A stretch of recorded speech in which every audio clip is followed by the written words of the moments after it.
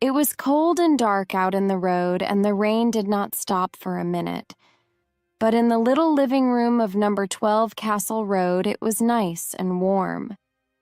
Old Mr. White and his son Herbert played chess, and Mrs. White sat and watched them. The old woman was happy because her husband and her son were good friends and they liked to be together. "Herbert's a good son," she thought. "We waited a long time for him, and I was nearly 40 when he was born, but we are a happy family." And old Mrs. White smiled. It was true. Herbert was young, and he laughed a lot, but his mother and his father laughed with him. They had not got much money, but they were a very happy little family. The two men did not talk because they played carefully. The room was quiet, but the noise of the rain was worse now, and they could hear it on the windows. Suddenly, old Mr. White looked up. "Listen to the rain," he said. "Yes, it's a bad night," Herbert answered. "It's not a good night to be out." "But is your friend Tom Morris coming tonight?" "Yes, that's right. He's coming at about 7 o'clock," the old man said. "But perhaps this rain—" Mr. White did not finish because just then the young man heard a noise. "Listen," Herbert said. "There's someone at the door now."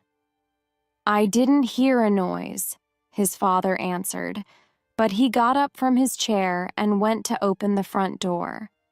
Mrs. White got up too and began to put things away. Mr. White said, come in, Tom. It's wonderful to see you again. What a bad night. Give me your coat and then come into the living room. It's nice and warm in there."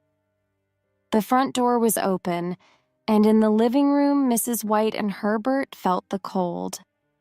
Then Mr. White came back into the living room with a big, red-faced man. "This is Tom Morris," Mr. White told his wife and son. "We were friends when we were young. We worked together before Tom went to India. Tom, this is my wife, and this is our son, Herbert." "Pleased to meet you," Tom Morris said. "Pleased to meet you, Mr. Morris," Mrs. White answered. "Please come and sit down." "Yes, come on, Tom," Mr. White said. "Over here, it's nice and warm." "Thank you," the big man answered, and he sat down. "Let's have some whiskey," old Mr. White said. "You need something to warm you on a cold night." He got out a bottle of whiskey, and the two old friends began to drink and talk. The little family listened with interest to this visitor from far away, and he told them many strange stories. Chapter 2. After some time, Tom Morris stopped talking, and Mr. White said to his wife and son, "Tom was a soldier in India for 21 years. India is a wonderful country." "Yes," Herbert said, "I'd like to go there."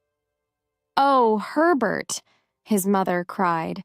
She was afraid because she did not want to lose her son. "I wanted to go to India too," her husband said, "but—" "It's better for you here," the soldier said quickly. "But you saw a lot of strange and wonderful things in India. I want to see them too one day," Mr. White said. The soldier put down his whiskey. "No," he cried. "Stay here." Old Mr. White did not stop. "But your stories were interesting," he said to Tom Morris. "What did you begin to say about a monkey's paw?" "Nothing," Morris answered quickly. "Well, nothing important." "A monkey's paw?" Mrs. White said. "Come on, Mr. Morris. Tell us about it," Herbert said. Morris took his whiskey in his hand, but suddenly he put it down again. Slowly, he put his hand into the pocket of his coat, and the White family watched him. "What is it? What is it?" Mrs. White cried. Morris said nothing. He took his hand out of his pocket. The White family watched carefully, and in the soldier's hand they saw something little and dirty. Mrs. White moved back afraid, but her son, Herbert, took it and looked at it carefully. "Well, what is it?" Mr. White asked his friend. "Look at it," the soldier answered. "It's a little paw, a monkey's paw." "A monkey's paw," Herbert said, and he laughed. "Why do you carry a monkey's paw in your pocket, Mr. Morris?" he asked the old soldier. "Well, you see," Morris said, "this monkey's paw is magic." Herbert laughed again, but the soldier said, "Don't laugh, boy. Remember, you're young. I'm old now, and in India I saw many strange tilings." He stopped talking for a minute, and then he said, "This monkey's paw can do strange and wonderful things. An old Indian gave the paw to one of my friends. My friend was a soldier, too. This paw is magic because it can give 3 wishes to 3 people." "Wonderful," Herbert said. "But these 3 wishes don't bring happiness," the soldier said. "The old Indian wanted to teach us something. It's never good to want to change things." "Well, did your friend have 3 wishes?" Herbert asked the old soldier. "Yes," Morris answered quietly, "and his 3rd and last wish was to die." Mr. and Mrs. White listened to the story, and they felt afraid, but Herbert asked, "And did he die?" "Yes, he did," Morris said. "He had no family, so his things came to me when he died. The monkey's paw was with his things, but he told me about it before he died." Tom Morris finished quietly. "What were his first 2 wishes, then?" Herbert asked. "What did he ask for?" "I don't know. He didn't want to tell me." The soldier answered. For a minute or 2, everybody was quiet, but then Herbert said, "And you, Mr. Morris, did you have heroic wishes?" "Yes, I did," Morris answered. "I was young. I wanted many things, a fast car, money." Morris stopped for a minute, and then he said with difficulty, "My wife and my young son died in an accident in the car. Without them, I didn't want the money, so in the end, I wished to lose it. But it was too late. My wife and my child were dead." The room was very quiet.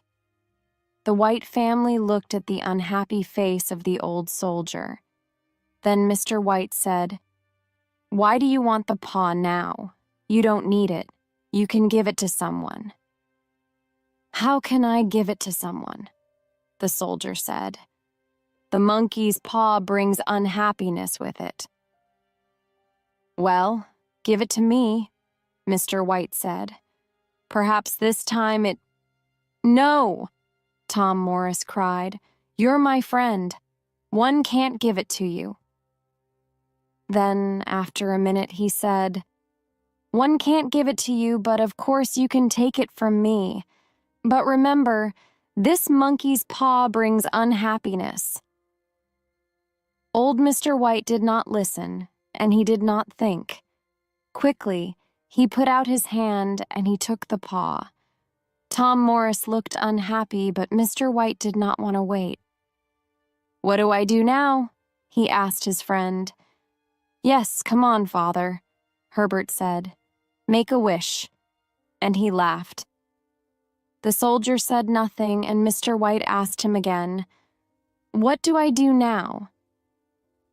At first, the old soldier did not answer, but in the end he said quietly, "Okay, but remember, be careful. Think before you make your wish." "Yes, yes," Mr. White said.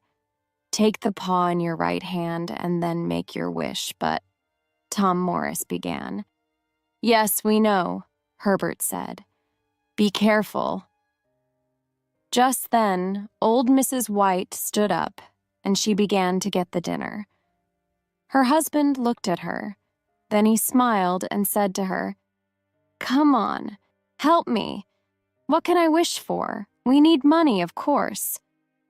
Mrs. White laughed, but she thought for a minute, and then she said, "Well, I'm getting old now, and sometimes it's difficult to do everything.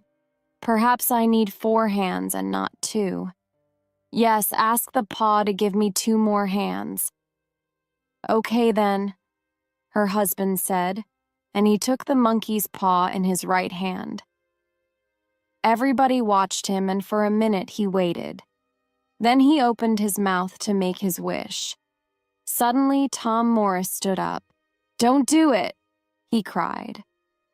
The old soldier's face was wire. Herbert and his mother laughed, but Mr. White looked at Tom's face. Old Mr. White was afraid, and he put the monkey's paw into his pocket. After a minute or two, they sat down at the table and began to have dinner. The soldier told the family many strange and wonderful stories about India.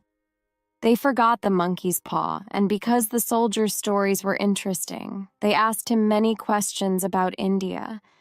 When Tom Morris stood up to leave, it was very late. "Thank you for a very nice evening," Morris said to the family. "And thank you for a very good dinner," he said to Mrs. White. "It was a wonderful evening for us, Tom," old Mr. White answered. "Your stories were very interesting. Our life isn't very exciting, and we don't have the money to visit India, so please come again soon. You can tell us some more stories about India." Then the old soldier put on his coat. He said goodbye to the White family and went out into the rain. Chapter 3. It was nearly midnight. In their warm living room, the 2 old people and their son sat and talked about the soldiers' stories. "India is a wonderful country," Mr. White said. "What exciting stories! It was a good evening." Mrs. White stood up to take some things into the kitchen, but she stopped and listened to Herbert and his father. "Yes," Herbert said. "Morris told some interesting stories, but of course, some of them weren't true." "Oh, Herbert," Mrs. White said.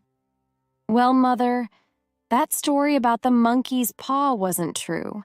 A dirty little monkey's paw isn't magic, but it was a good story." And Herbert smiled. "Well, I think you're right, Herbert," his mother said. "I don't know," Mr. White said quietly. "Perhaps the story was true. Strange things can happen sometimes." Mrs. White looked at her husband. "Did you give some money to Tom Morris for that paw?" she asked. "We don't have money to give away for nothing."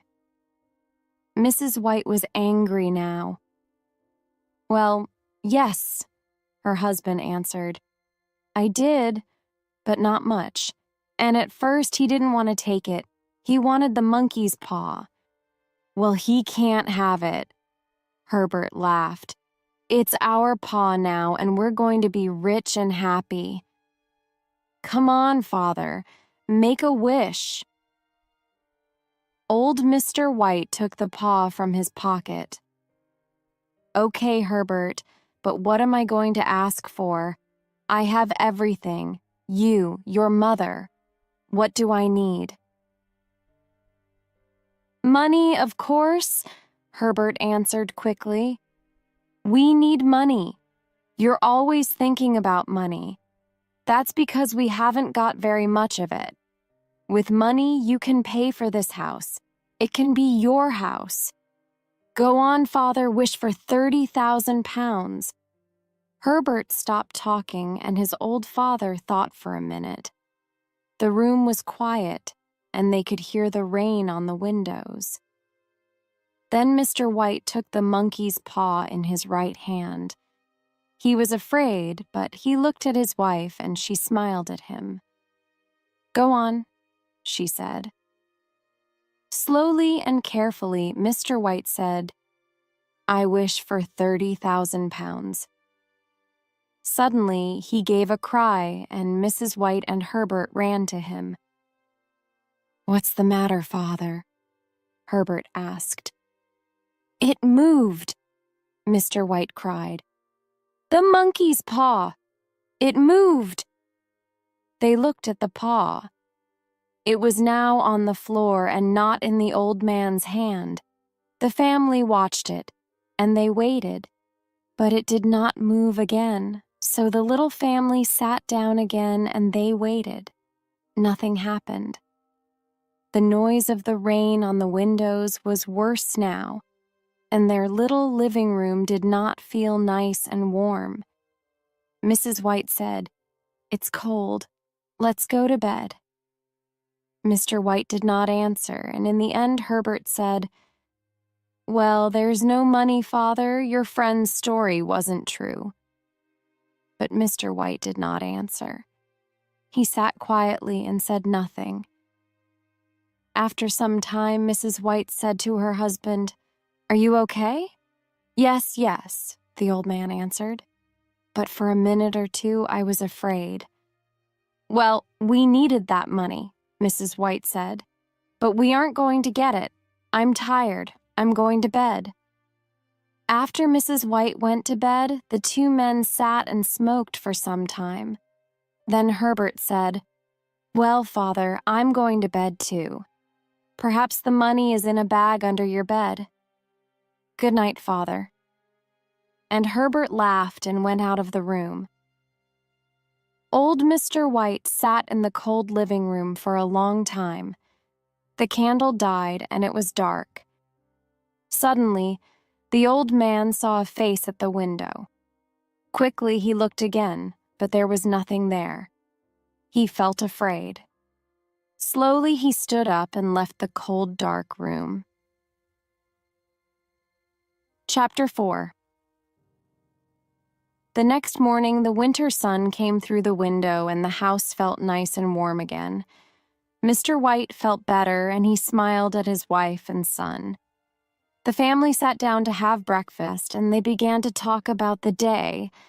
The monkey's paw was on a little table near the window, but nobody looked at it and nobody thought about it. I'm going to the shops this morning, Mrs. White said.